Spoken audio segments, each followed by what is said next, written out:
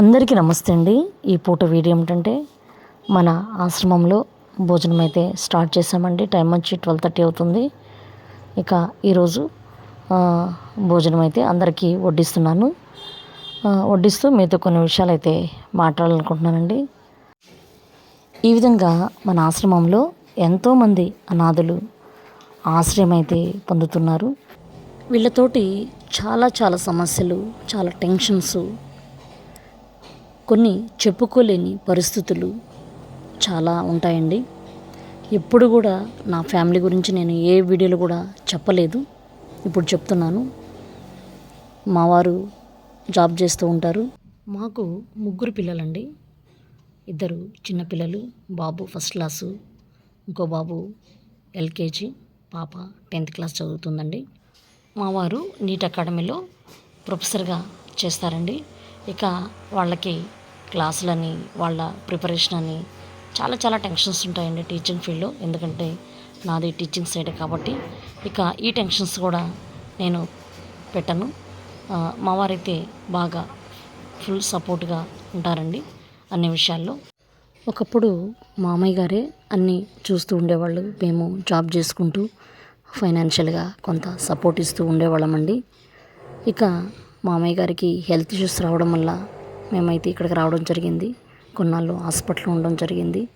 ఇక తర్వాత సివియర్ అయిపోవడం వల్ల చనిపోయారండి. చనిపోయి 2 years అవుతుంది.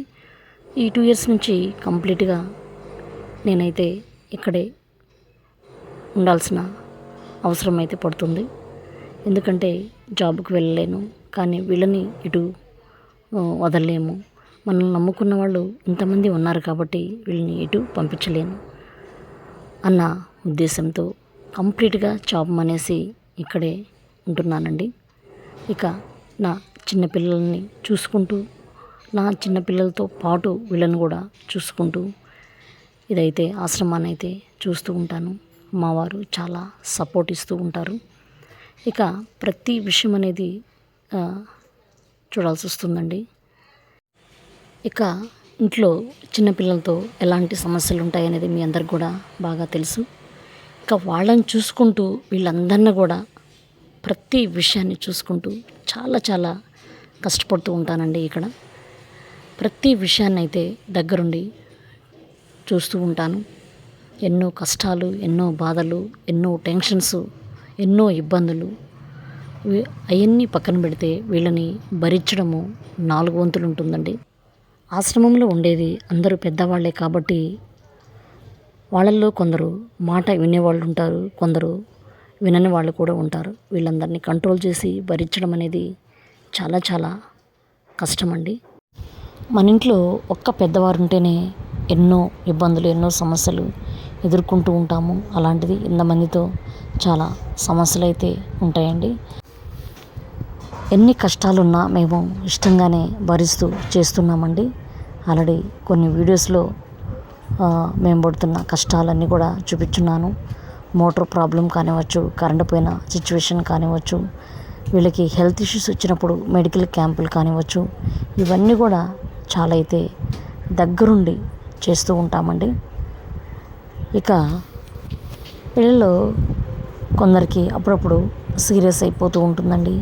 వాళ్ళని హాస్పిటల్లో అడ్మిట్ చేసిన విషయంలో కానివ్వచ్చు, వాళ్ళకి ట్రీట్మెంట్ ఇప్పించే విషయంలో కానివ్వచ్చు, చాలా టెన్షన్స్ అయితే ఉంటాయండి. ఆశ్రమంలో అప్పుడప్పుడు కొన్ని అన్నదాన కార్యక్రమాలు అయితే జరుగుతూ ఉంటాయండి.